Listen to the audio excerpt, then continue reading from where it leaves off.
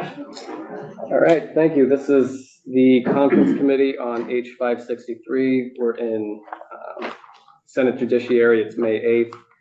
And we are going to talk about some of the differences or try to figure out a middle ground for the knowingly standard and a provision that was taken out for somebody when they should have known that they did not have consent of an owner to take, obtain, or operate, or use, or continue to operate a motor vehicle of another. And that's located in Title 23 VSA Section 1094. So that's my little intro, and I'll hand it off to you, Representative Purdett.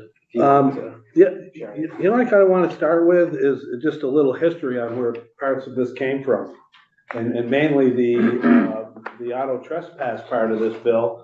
I believe was introduced in 2019 or 2020, that biennium, and was introduced by Representative Hashim. And through COVID, it just kind of got lost in the shuffle at the end of the year because stuff was happening so fast. And of course, a few years went by, and this past year, I got a call from a friend down in Rutland who's a detective with the state police. And he was in northern Vermont investigating a murder, and his phone pinged at 3 o'clock in the morning, and somebody's in his car at his house. Of course, the car was unlocked, and somebody just got in. And of course, he called his friend to go get the guy, and turned out they couldn't do anything about it. And he was Henry Alberico. I don't know if you knew Henry or not, but he was quite taken back that there was no law as far as anybody breaking into a car or getting into a car, and that's how it kind of got resurrected is through that series of events. And Nader and I talked about it a little bit and decided that I would start it in the House, and that's where the whole bill came from. It was actually a three-part bill at one time. There was a attempted auto theft piece in here that the Senate pulled out, which is, you know, which I don't have a big problem with. I just didn't see it stay, but there is other avenues as far as attempted grand larceny goes, so can be charged through the main statute. And yeah, and Martin had a piece in here, so it was a few of us that, you know, we had 3 different bills that kind of all came together. And we passed this back and forth from House to Senate a couple times, and trying to come to an agreement. And Nader and I have talked and possibly, hopefully have got some language that everybody can agree on. Yeah, thanks. Thank you for that. Yeah, I think that, you know, I think some of the main difference of opinion came with just the different levels of mens rea. I think on our side, we had some concern about the recklessness, which is, you know, step below knowingly. And then I do see that we had previously taken out language that I had discussed in the introduction for somebody when they should have known that they did not have the consent of the owner to operate their vehicle. So, I mean, I'm open to, you know, instead of having the recklessness standard, just putting in knowingly, or this should have known standard back into it. And so then we would have the should have known in subsection 1, and then knowingly in subsection 2. So I'm looking at draft 3.1 from February 2nd, 2024. Is it perhaps the same as the Senate proposal of amendment? On the Senate proposal of amendment? 1 second. So I think what y'all have, what I'd asked them to provide you is the House version, the Senate proposal of amendment. The House concur with further proposal. Mm-hmm. So you don't have any drafts, okay. like Got it. drafts or anything like that. So Sorry. no, I was going to say that the language I was looking at came from, I believe we took it out, and I'm open to putting it back in if we can remove the recklessness piece. So I think this is to the House, draft 3.1, 563. I'll just read off the language, but So it's the person takes, obtains, operates, uses, or continues to operate the motor vehicle of another when the person should have known that the person did not have the consent of the owner to do so. And that is, as I'm reading it, that's like a step below subsection 2, which refers to when the person knows they did not have the consent of the owner to do so. Does that sound about right? Yeah. Okay. Does that work for you, Michelle? Or, Yes. well, actually, let me ask. Does that work I for know you what you too? mean. If I can clarify, so I found the language, so it is in the as passed by House version, Yes. page 4. So could you share what the change was? Because you were saying, Yeah. let's add it back, but you're suggesting a Add it change, back, and I yep. think I missed what the change Add it was. back. So there's recklessly, which is a lower standard underneath knowingly. And then you have knowingly above that, which is a higher standard. And so the proposal is to put back in this should have known standard. Yep. While removing the recklessly standard. And where was the because I don't see the recklessly listed anywhere. So what you have, so on the, let's say, so on this section on OOC, House passed it said with the addition of should have known, with a Yes. lesser penalty.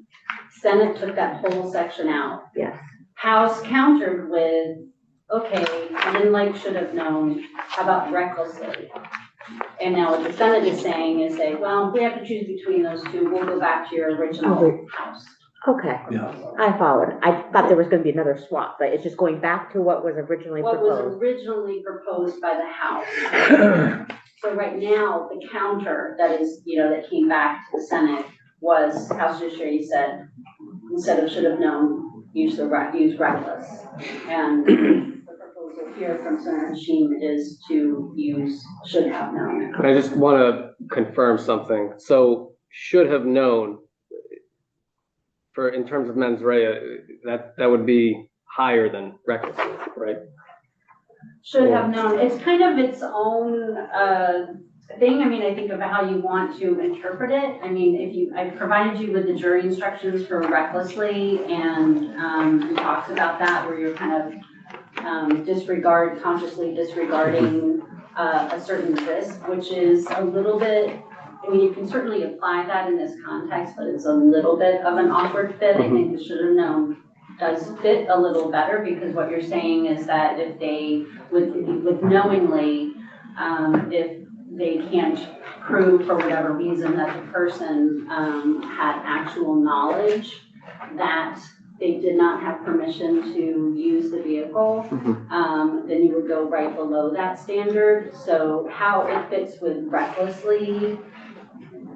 Is it pretty much the same thing as recklessly then? It is similar. Yeah, okay.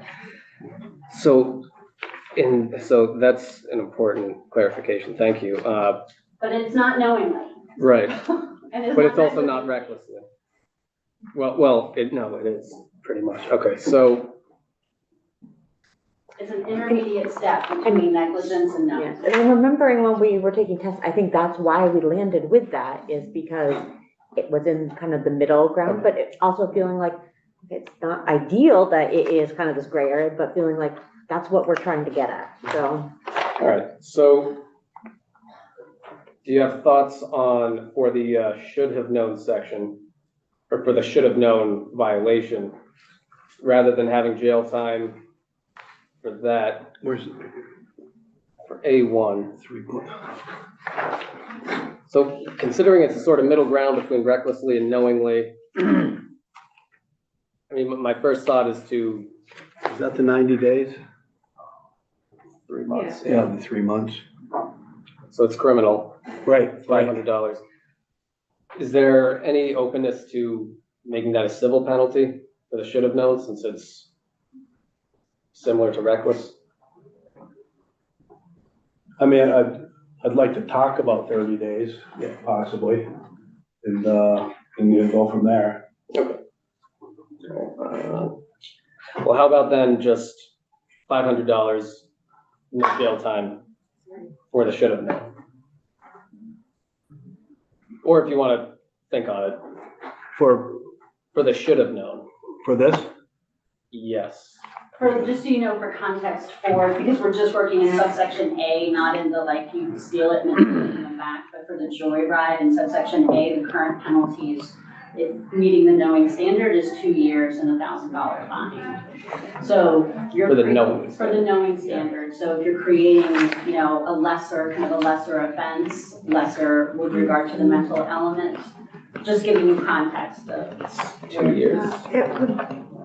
Well, so because for me, it is a lesser,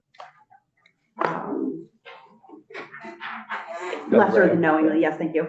I would certainly support, that being civil, and then the other aspect aligning. Yeah. Go to the no jail time, you mean? Yes, that would certainly be what I would support, given that we have a lower mens rea than knowingly. So let me get this straight.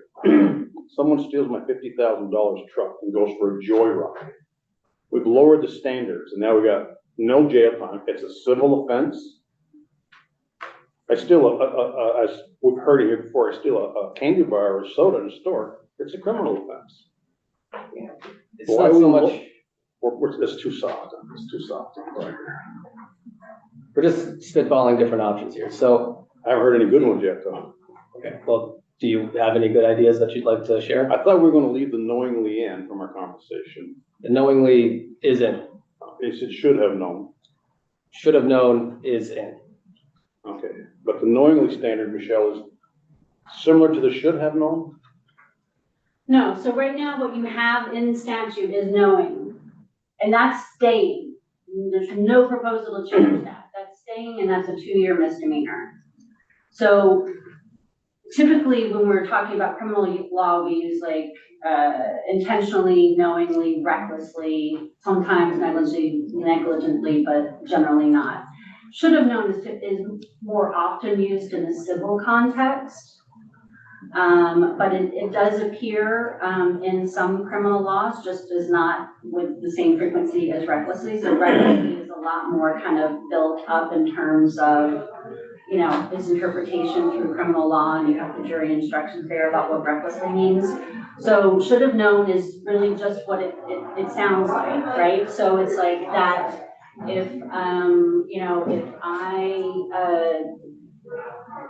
just decide to go borrow my neighbor's car because it's sitting in the driveway and the keys are in it, but I've never discussed with them, you know, can I borrow your car or anything like that, I, you know, should have known that I didn't have the consent of my neighbor to use their car. Did I know that for a fact? I might have thought, you know, I kind of disregarded the fact that maybe they would say, well, I'm not really comfortable with, you know, I'm not really comfortable with you driving my car. The other scenario that I'm thinking of is, you know, you're borrowing somebody's car.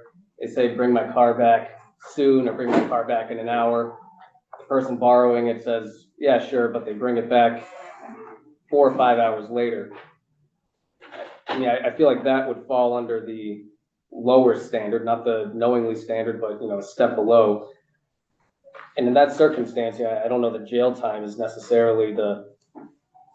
And it could under that, because you'll see that it's the person takes, obtains, operates, uses, or continues to operate the motor vehicle. So, you know, whether or not somebody would want to take a case because it returned it a few hours late, you know, it might be more like it, you know, but I think I understand the scenario that you're laying out there.